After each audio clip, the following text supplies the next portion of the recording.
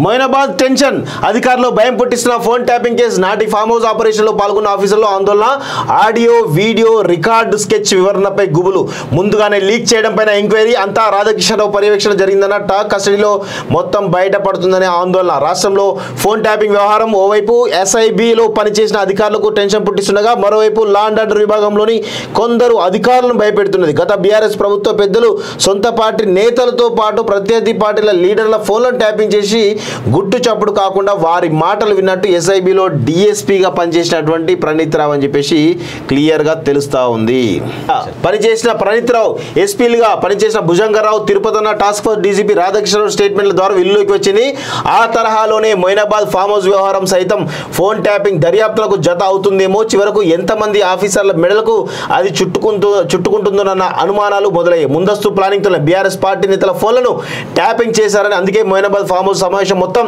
ముందస్తు ప్లానింగ్ తోనే జరిగిందన్న చర్చలు జరుగుతున్నాయి నాటి బీఆర్ఎస్ ప్రభుత్వాన్ని అస్థిరపరిచేందుకు బీజేపీ పెద్దలు కొందరు బీఆర్ఎస్ ఎమ్మెల్యేలు కొనుగోలు చేయడానికి ప్రయత్నించారని దీన్ని పసిగట్టడం ద్వారానే ఆ కుట్రను భగ్నం చేశామని అప్పట్లో ముఖ్యమంత్రిగా ఉన్న కేసీఆర్ మీడియా సమావేశంలో ఓపెన్ గానే చెప్పారు ఫోన్ల ద్వారా జరిగిన ఈ వ్యవహారాన్ని నాటి ప్రభుత్వం ట్యాపింగ్ ద్వారా ముందే పసిగట్టిందా లేక బీఆర్ఎస్ ఎమ్మెల్యేలే కేసీఆర్ కు చేరవేశారా తదితర ప్రశ్నలు తలెత్తాయి ఫామ్ హౌస్ లో సమావేశమైన దృశ్యాలు ప్రదర్శించడం ద్వారా కుట్ర లక్ష్యాన్ని కేసీఆర్ వివరించారు ట్యాపింగ్ చేయకుండా ఎలా పసిగట్టారు ఇది అసలు పాయింట్ ఫోన్ ట్యాపింగ్ చేయకుండా బీజేపీ కుట్రను కేసీఆర్ ఎలా పసిగట్టారు పకడ్బందీ ప్లాన్ ప్రకారం వీడియో కెమెరాలను మొయినాబాద్ ఫామ్ హౌస్ లో ఎలా అమర్చారు మొత్తం సమావేశాన్ని ఎలా చిత్రీకరించారు పోలీసుల దగ్గర ఉండాల్సిన వీడియో ఫుటేజ్ కేసీఆర్ చేతికి ఎలా వెళ్ళింది దర్యాప్తు జరుగుతుండగా ఈ వీడియోలు బయటకు ఎందుకు రావాల్సి వచ్చింది పోలీసుల ఆధ్వర్యంలో జరిగిన ఈ మొత్తం వ్యవహారంలో నిబంధనల ఉల్లంఘన ఏ మేరకు జరిగింది ఇందుకు బాధ్యులైన అధికారులు ఎవరు హైకోర్టులు సుప్రీంకోర్టు జడ్జిలకు సైతం ఎందుకు చేరవేయాల్సి వచ్చింది ఇలాంటి అనేక ప్రశ్నలు ఉత్పన్నమవుతున్నాయి అప్పటి ఇంటెలిజెన్స్ చీఫ్ గా ఉన్న ప్రభాకర్ రావును అదుపుకు తీసుకుని ఈ వ్యవహారంపై ప్రశ్నించాలని పోలీసులు భావిస్తున్నారు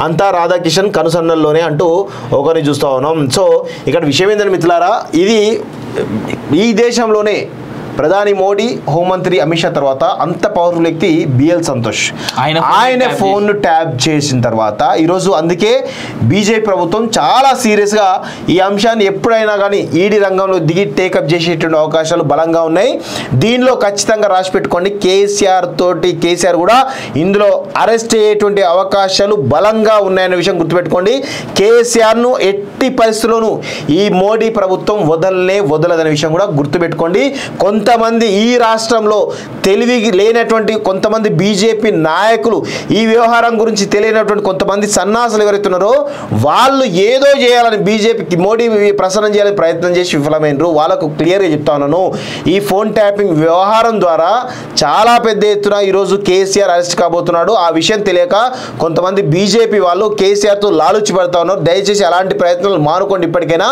కేసీఆర్ను ఎప్పటికైనా జైలు పంపించే ప్రయత్నం ఓన్లీ మోడీ చేస్తాడు రాసి పెట్టుకోండి అలా నో డౌట్ పోనీ పొరపాటున ఇదే అంశంలో ఒకవేళ బీజేపీ గవర్నమెంట్ చాలా మంది అనుకున్నట్టుగా బీజేపీ పోయి కాంగ్రెస్ వచ్చిన ఆయన అరెస్ట్ మాత్రం ఎవడు ఆపలేడబ్బా డౌట్ లేదు దీంట్లో మా అక్క విషయం కూడా వచ్చింది సిబిఐ పర్మిషన్ రైట్ ఏదేమైనా మా అక్క చేయెత్తి జై తెలంగాణ అన్నది మనం అదొకటి మాత్రం గుర్తుపెట్టుకోవాలి మన రాష్ట్ర ఆత్మగౌరవ పతాకను ఈడీ సిబిఐ దగ్గర తాకట్టు పెట్టేసింది అంతే అంతకుమించి దౌర్భాగ్యం దిక్కుమంది పాఠ్య పుస్తకాల్లో బాబ్రీ ప్రస్తావన తొలగింపు అబ్బా చాలా ఆనందించదగ్గ వార్త ఇది ఎన్సీఈఆర్టీ ఇంటర్ సెకండ్ ఇయర్ పుస్తకాల్లో మార్పులు మొయినాబాద్ టెన్షన్ అధికారులు భయం పుట్టిస్తున్న ఫోన్ ట్యాపింగ్ కేసు నాటి ఫామ్ హౌస్ ఆపరేషన్ లో పాల్గొన్న ఆఫీసర్లు ఆందోళన ఆడియో వీడియో రికార్డు స్కెచ్ వివరణపై గుబులు ముందుగానే లీక్ చేయడం పైన ఎంక్వైరీ అంతా రాధాకృష్ణరావు పర్యవేక్షణ జరిగిందన్న టాక్ కస్టడీలో మొత్తం బయటపడుతుందనే ఆందోళన రాష్ట్రంలో ఫోన్ ట్యాపింగ్ వ్యవహారం ఓవైపు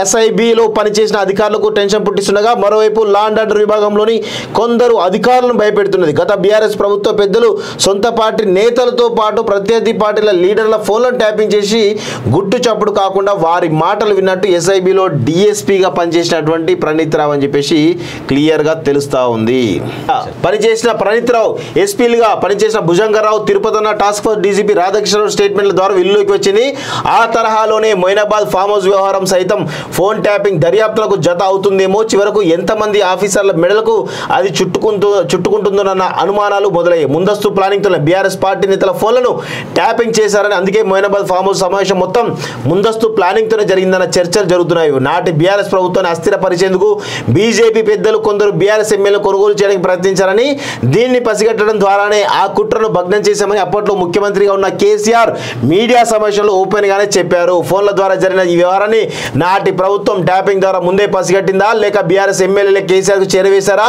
తదితర ప్రశ్నలు తలెత్తాయి. ఫామ్ హౌస్ లో సమావేశమైన దృశ్యాలు ప్రదర్శించడం ద్వారా కుట్ర లక్ష్యాన్ని కేసీఆర్ వివరించారు. ట్యాపింగ్ చేయకుండా ఎలా పసిగట్టారు? ఇది అసలు పాయింట్. ఫోన్ ట్యాపింగ్ చేయకుండా బీజేపీ కుట్రను కేసీఆర్ ఎలా పసిగట్టారు? పకడ్బందీ ప్లాన్ ప్రకారం వీడియో కెమెరాలను మొయినాబాద్ ఫామ్ హౌస్ లో ఎలా అమర్చారు? మొత్తం సమావేశాన్ని ఎలా చిత్రీకరించారు? పోలీసుల దగ్గర ఉండాల్సిన వీడియో ఫుటేజ్ కేసీఆర్ చేతికి ఎలా వెళ్ళింది? దర్యాప్తు జరుగుతుండగా ఈ వీడియోలు బయటకు ఎందుకు రావాల్సి వచ్చింది? పోలీసుల ఆధ్వర్యంలో జరిగిన ఈ మొత్తం వ్యవహారంలో నిబంధనల ఉల్లంఘన ఏ మేరకు జరిగింది? ఇందుకు బాధ్యులైన అధికారులు ఎవరు? హైకోర్టులు సుప్రీంకోర్టు జడ్జిలకు సైతం ఎందుకు చేరవేయాల్సి వచ్చింది? ఇలాంటి అనేక ప్రశ్నలు ఉత్పన్నమవుతున్నాయి. అప్పటి ఇంటెలిజెన్స్ చీఫ్ గా ఉన్న ప్రభాకర్ రావును అదుపుకు తీసుకుని ఈ వ్యవహారంపై ప్రశ్నించాలని పోలీసులు భావిస్తున్నారు. అంతా రాధాకిషన్ కనుసన్నల్లోనే అంటూ ఒకరిని చూస్తూ ఉన్నాం. సో ఇక్కడ విషయం ఏంటంటే మిత్రులారా, ఇది ఈ దేశంలోనే ప్రధాని మోడీ, హోంమంత్రి అమిత్ షా తర్వాత అంత పవర్ఫుల్ వ్యక్తి బిఎల్ సంతోష్ ఆయన ఫోన్ ట్యాప్ చేసిన తర్వాత ఈరోజు అందుకే బీజేపీ ప్రభుత్వం చాలా సీరియస్గా ఈ అంశాన్ని ఎప్పుడైనా కానీ ఈడీ రంగంలో దిగి టేకప్ చేసేటువంటి అవకాశాలు బలంగా ఉన్నాయి. దీనిలో ఖచ్చితంగా రాసి పెట్టుకోండి, కేసీఆర్ కూడా ఇందులో అరెస్ట్ అయ్యేటువంటి అవకాశాలు బలంగా ఉన్నాయనే విషయం గుర్తుపెట్టుకోండి. కేసీఆర్ను ఎట్టి పరిస్థితుల్లోనూ ఈ మోడీ ప్రభుత్వం వదలదనే విషయం కూడా గుర్తుపెట్టుకోండి. కొంతమంది ఈ రాష్ట్రంలో తెలివి లేనటువంటి కొంతమంది బీజేపీ నాయకులు, ఈ వ్యవహారం గురించి తెలియనటువంటి కొంతమంది సన్నాసులు ఎవరైతున్నారో వాళ్ళు ఏదో చేయాలని బీజేపీకి మోడీ ప్రసన్నం చేయాలని ప్రయత్నం చేసి విఫలమైనరు. వాళ్ళకు క్లియర్గా చెప్తా ఉన్నాను, ఈ ఫోన్ ట్యాపింగ్ వ్యవహారం ద్వారా చాలా పెద్ద ఎత్తున ఈరోజు కేసీఆర్ అరెస్ట్ కాబోతున్నాడు. ఆ విషయం తెలియక కొంతమంది బీజేపీ వాళ్ళు కేసీఆర్తో లాలుచి పడతా ఉన్నారు. దయచేసి అలాంటి ప్రయత్నాలు మానుకోండి. ఇప్పటికైనా కేసీఆర్ను ఎప్పటికైనా జైలు పంపించే ప్రయత్నం ఓన్లీ మోడీయే చేస్తాడు. రాసి పెట్టుకోండి అలా, నో డౌట్. పోనీ పొరపాటున ఇదే అంశంలో ఒకవేళ బీజేపీ గవర్నమెంట్ చాలా మంది అనుకున్నట్టుగా బీజేపీ పోయి కాంగ్రెస్ వచ్చిన ఆయన అరెస్ట్ మాత్రం ఎవడు ఆపలేడబ్బా, దాంట్లో డౌట్ లేదు. దీంట్లో మా అక్క విషయం కూడా వచ్చింది, సిబిఐ పర్మిషన్, రైట్. ఏదేమైనా మా అక్క చేయెత్తి జై తెలంగాణ అన్నది మనం అదొక్కటి మాత్రం గుర్తుపెట్టుకోవాలి. మన రాష్ట్ర ఆత్మగౌరవ పతాకను ఈడీ సిబిఐ దగ్గర తాకట్టు పెట్టేసింది అంతే. అంతకుమించి దౌర్భాగ్యం దిక్కుమంది. పాఠ్య పుస్తకాల్లో బాబ్రీ ప్రస్తావన తొలగింపు, అబ్బా చాలా ఆనందించదగ్గ వార్త ఇది. ఎన్సీఈఆర్టీ ఇంటర్ సెకండ్ ఇయర్ పుస్తకాల్లో మార్పులు, రైట్. అది చాలా చాలా చాలా ఆనందించదగ్గ వార్త. ఇది నేను చెప్పినటువంటి మాట. కరోనా అంటించి చంపేస్తా, బాధితుడిని బెదిరించిన రాధాకిషన్ రావు కుకట్పల్లి కేసులో A1 గా చేర్చిన